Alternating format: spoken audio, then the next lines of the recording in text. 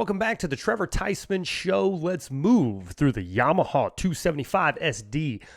It is an amazing boat I saw at the 2022 boat show in Kansas City. I tell you, it is very sexy to look at. It's a great design, but I got to say it, you can't buy it. It's a jet boat. Let me tell you why. I know several people that own a jet boat, not to mention all of the years and years and years of people talking about how jet boats suck things up.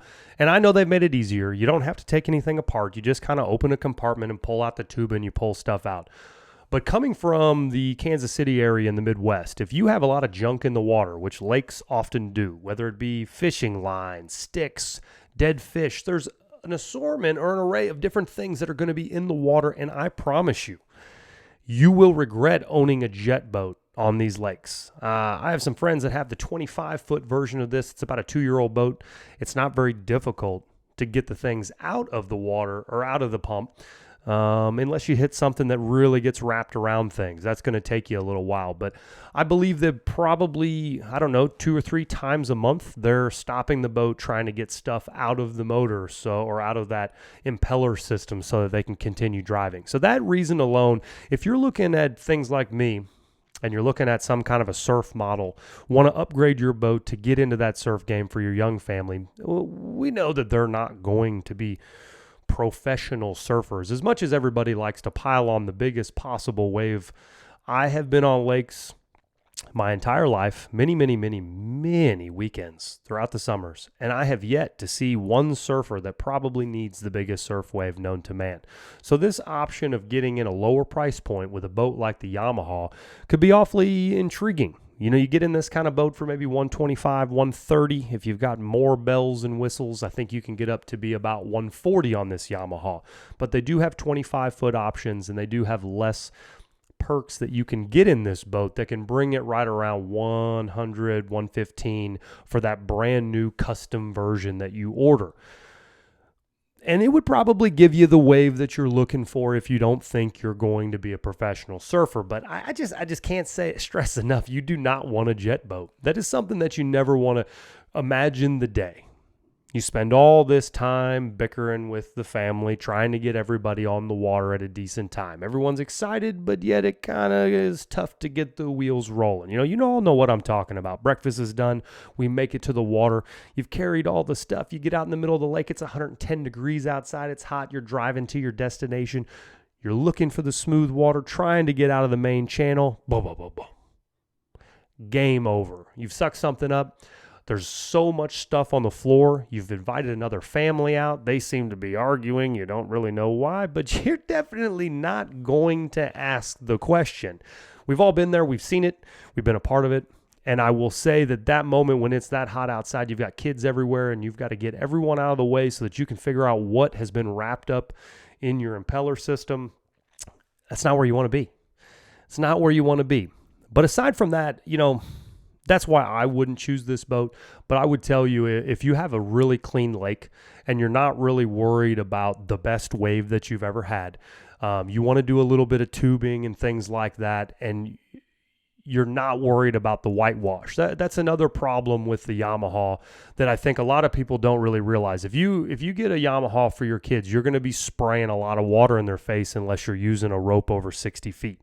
Now, I know that it won't be right in their face by any means, but if you've ever been behind a stern drive or a wake boat or any other style boat, now let me rephrase that, a wake boat in 2018 and on, I don't know what they've designed where we have these rooster tails that are mountain peaks coming out from behind the boat. But then that's not a very good tubing environment either. I've been on some large surf boats before that put off an awfully great wave to do some surfing on. But if you had a kid back there tubing, I'm not even sure you could see them. Throw a 4-year-old on a tube that can't see their mom inside the boat, and I promise you they'll be right back on the boat in no time. So if you're looking at doing those kinds of things with this Yamaha, just know there'll be a lot of whitewash. The engine noise is a little bit louder with these jet boats. But if you're doing an awful lot of swimming out and you're doing a bunch of floating, I don't know that you can really beat the price point at a Yamaha boat and the amenities it gives you. That 27-foot boat, when you walked through it, was very, very, very good. Not an athlete exactly anymore, not a ninja climbing over seats. It's not my thing. If you want probably the best walkway in the game, because of the engine system, the Yamaha, there's not even a step up. You literally can walk from the back all the way to the front. You don't step on anything, climb on anything. I don't know that you could beat that part of it. They also had some really unique features at the back of the boat, and I'm sure everyone's going to knock them off soon. It was pretty cool. You slid in these pieces similar to the grill thing. I don't know if in your lake if it's become a big deal, but lots of people are buying this mechanism that slides into the side of the boat, and what it is it's a grill out back. So similar concept, you're sliding these pins down into the backs of your hole, and then it also became a slight little stool that was about 8 inches, 6 inches under the water. You know, if you've ever been out there swimming around with your kids or just want to hang out behind the boat, to have a stool about a foot, it would be whatever distance that is from the water that you could sit on. So when that thing's in the water, it might be 1.5 feet. I'm not exactly sure the exact distance, but whatever comfortably would have you floating up near your chest, you know, hanging out, that's where it would be. And it was perfect. It had a little non-skid put on top of it, so when you sit, it's nice and comfy. But that is a pretty good tie-up element to have. Now, the design also was pretty unique where you could flip it over, and after you flipped it, it could become a table that went above the water. So a pretty nifty little design if you're looking more to just tie up and hang out.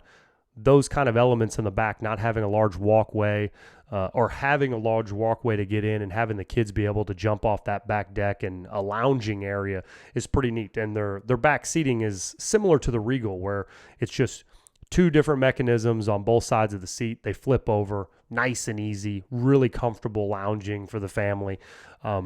But everything comes now with a great stereo. I don't even think there's much reason to talk about it. If it's a JL, Wet Sounds, or pretty much anything, it's just like the truck market. You know, if you had a truck in '05, you would literally want to upgrade your truck in 15 because the truck just sounds great, right? Similar thing happened in the boat industry.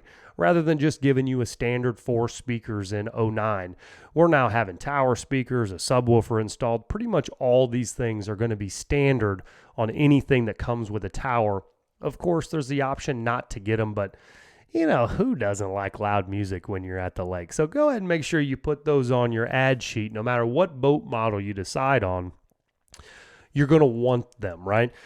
Boat's very nice. We've got a nice flooring in it. I think you've got the option of the seagrass and or the Nod skid mats. The tower is a hard tower, which I think is kind of cool if you're not into certain types of water sports. I think if you got into the hard top on the Yamaha, this may also be the biggest drawback.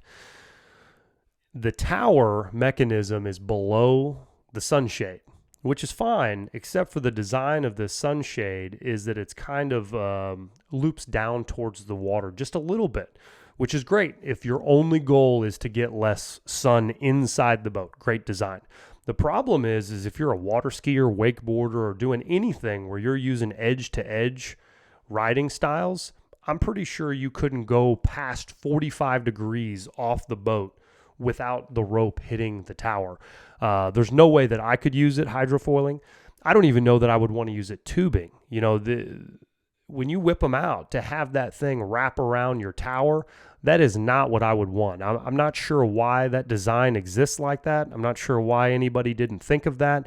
The dealer didn't exactly have a great reason for that. They more or less said, yeah, you wouldn't want that tower if that's what you're doing, which to me was kind of baffling. A simple design flaw that doesn't allow you to go skiing, wakeboarding, hydrofoiling, pretty much anything that cuts other than surfing, you eliminate it. So again, the boat is great if you're looking to tie up. If you're looking to have a ride across the lake and you live in clean water and want all the latest amenities, Yamaha is probably a great option for you. If you're into water sports, if you're into cutting from left to right, if someone's getting better at doing water skiing, if they're using 1 ski, 2 skis, if you're a wakeboarder, I'm not exactly certain if you choose the hardtop option how you would even utilize the tower.